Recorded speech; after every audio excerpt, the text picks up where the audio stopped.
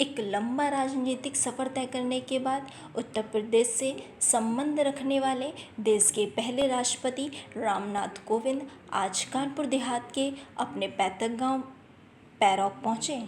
Helicopter से उतरने के बाद सबसे पहले राष्ट्रपति ने पैरौक की जमीन को प्रणाम किया। अपने पैतृक घर गए, जहां बचपन में उन्होंने खेला कूदा और पढ़े लिखे।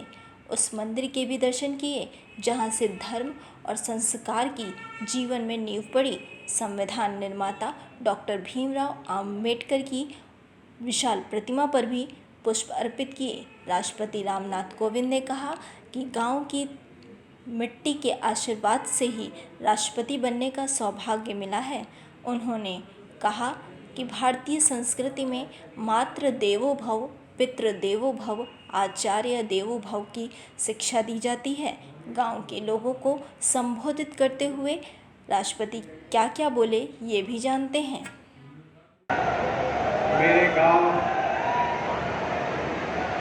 मेरे गांव पैरौक तथा आसपास के गांव के निवासीगण तथा इस अभिनंदन समारोह में प्रमुख रूप से उपस्थित राज्यपाल श्रीमती आनंदीबेन पटेल जी, मुख्यमंत्री श्री योगी आदित्यनाथ जी, उत्तर प्रदेश सरकार में राज्य मंत्री श्री अजीत सिंह पाल जी, सांसद डॉक्टर रामशंकर कठेरिया जी, सांसद श्री देवेंद्र सिंह भोले जी, देवियों और सज्जनों,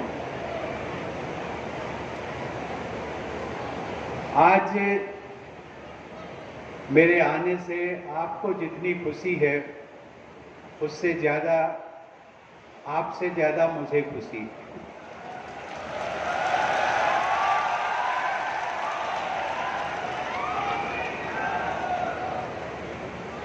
सही मायने में अपनी मातृभूमि, अपनी जन्मभूमि पर जाने की जो एक लालसा होती है, बरसों से जुड़ी हुई थी, प्रतीक्षा थी, आप सबकी भी प्रतीक्षा थी। और इसीलिए आज मैं जब हेलीकॉप्टर से नीचे उतरा तो सबसे पहले मैंने इस मातृभूमि को वंदना करते हुए उनका चरण स्पर्श किया और ये प्रार्थना की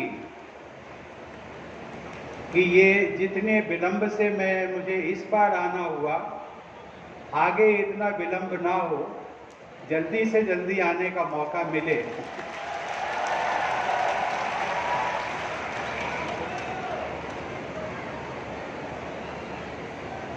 बहनों और भाइयों, आप सबके बीच यहाँ पहुँचने के पहले मैं राज्यपाल महोदया और मुख्यमंत्री जी के साथ पथरी देवी मंदिर जाकर दर्शन किया और उनसे आशीर्वाद लिया।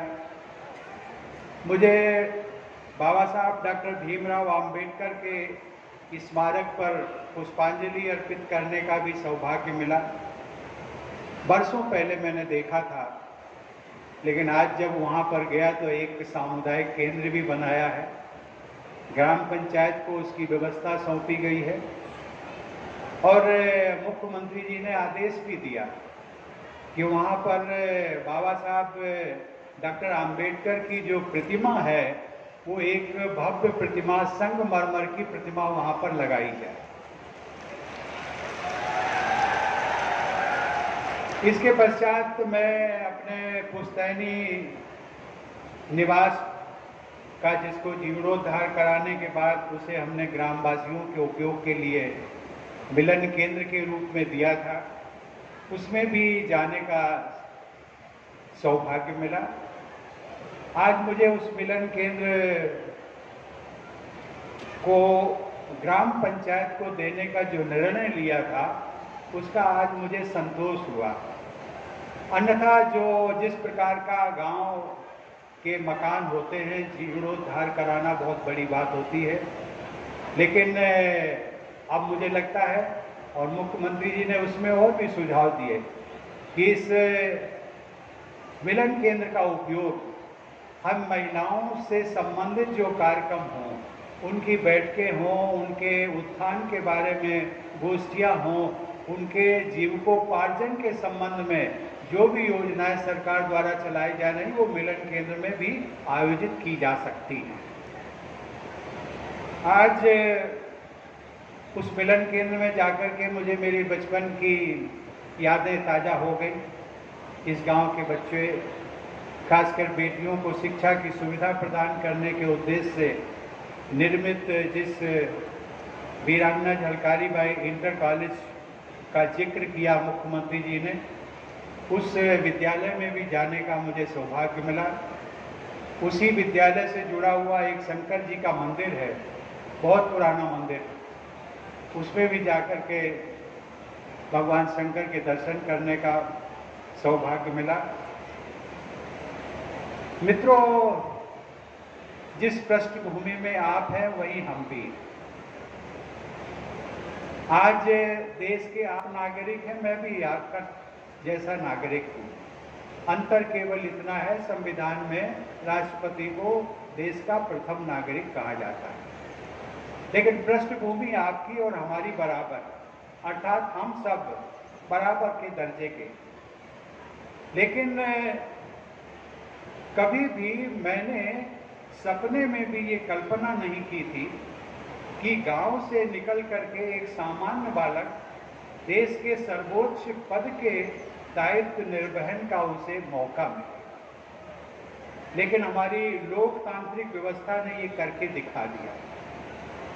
अब वो बातें नहीं हैं कि आपकी पारंपरिक, यदि परिवार में कोई राजनीतिक है, कोई प्रतिष्ठित परिवार है, तो उन्हीं के लोग जो है वो राज्यपाल और राष्ट्रपति बन सकते हैं। तो कल एक दिन पहले मैं प्रेसिडेंशियल जो स्पेशल ट्रेन है उससे मैंने आने का जो एक निर्णय लिया, और वो रेलवे ने अनुरोध किया था कि मैं चाहता हूं कि रेलवे ने जो विकास कार्य किए हैं उसको आप देखें। और सबसे बड़ी अच्छी बात जो मुझे नज़र आई, रास्ते भर मैं देखता था कि जो फ्रेट कॉरिडोर बना है, 2 लाइनों का, 2 ट्रैक का, वो जो व्यापार से संबंधित है, भारत की जो अर्थनीति है, जो इकोनॉमी है, उसको बढ़ाने में ये हमारा जो फ्रेट कॉरिडोर बना है रेलवे द्वारा, वो बहुत महत्वपूर्ण है, बहुत महत्वपूर्ण। उसके परिणाम अभी हमें कुछ ही वर्षों में दिखाई पड़ने लगेंगे। लेकिन मैंने वहाँ पर कहा था, मैंने शायद रूरा में कहा था, मैंने कहा था कि अभी मुख्यमंत्री जी ने भी कहा कि ये हम सबका, उत्तर प्रदेश वालों का सौभाग्य है कि उत्तर प्रदेश से प्रथम राष्ट्रपति के रूप में रामनाथ कोविंद वहाँ पहुँचे। लेकिन मैं उससे आगे की बात करता हूँ। मैं ये कहता हूँ कि उत्तर प्रदेश ने देश के प्रधानमंत्री के रूप में तो लगभग 9 प्रधानमंत्री दिए, राष्ट्रपति के रूप में केवल अभी एक ही राष्ट्रपति हुआ है। आप सबके लिए, उत्तर प्रदेश वाले लोगों के लिए भी रास्ता खुल गया है। आगे आपका कृतित्व, उत्तर प्रदेश के लोगों का कृतित्व और आचरण, ये आपको उस संवैधानिक पद का जो सर्वोच्च आसन होता है वहां तक पहुंचाने में आपको मदद कर सकता है। आज इस अवसर पर मैं देश के स्वतंत्रता सेनानियों व संविधान निर्माताओं के अमूल्य बलिदान व योगदान के लिए मैं उन्हें नमन करता हूं। सचमुच मैं आज जहां तक पहुंचा हूं उसका श्रेय इस गांव की मिट्टी और इस क्षेत्र तथा आप सब लोगों के स्नेह व आशीर्वाद को जाता है। भारतीय संस्कृति में मातृदेवो भव, पितृदेवो भव, आचार्य देवो भव की शिक्षा दी जाती है। हमारे घर में भी यही सीख दी जाती थी। माता पिता और गुरु तथा बड़ों का सम्मान करना हमारी ग्रामीण संस्कृति में अधिक स्पष्ट रूप से दिखाई देता है। गांव में सबसे, आज आप सब लोग जानते हैं कि मेरे माता और पिता जीवित नहीं हैं, स्वर्गवासी हो चुके हैं, लेकिन परिवार के लोग उस परंपरा को निभा रहे हैं। आज गांव के जो सबसे बुजुर्ग पुरुष थे उनको पिता का दर्जा दिया गया, सबसे जो वृद्ध महिला थी उसको माता का दर्जा दिया गया। और ये जो दर्जे दिए जाते हैं वो किसी जाति, वर्ग या संप्रदाय, उससे कुछ लेना देना नहीं है। आज मुझे ये देखकर खुशी हुई कि बड़ों का सम्मान करने की हमारे परिवार की ये परंपरा अब भी जारी है। मेरी ये यात्रा पहले होने वाली थी, मुख्यमंत्री जी ने थोड़ा संकेत दिया, लेकिन मैं उसका और विस्तार से थोड़ा बताना चाहूँगा कि राष्ट्रपति का कार्यभार संभालने के तुरंत बाद अन्य संवैधानिक क्रियाकलापों को संपन्न करने के साथ साथ सभी राज्यों और केंद्र शासित प्रदेशों में जाकर वहाँ के लोगों और सरकारों से मिलने और उनके मुद्दों को समझने का दायित्व निभाने में समय लगा। सन 2019 में यहाँ आने का कार्यक्रम तय हो चुका था, लेकिन लोकसभा चुनाव और उसके बाद मंत्रिमंडल के गठन से जुड़ी संवैधानिक जिम्मेदारियों के कारण व्यस्तता बढ़ी और दिल्ली में बने रहना अनिवार्य हो गया। अगर आपको हमारा वीडियो पसंद आया हो तो इसे लाइक करें, सब्सक्राइब करें और साथ ही बेल आइकन दबाना ना भूलें।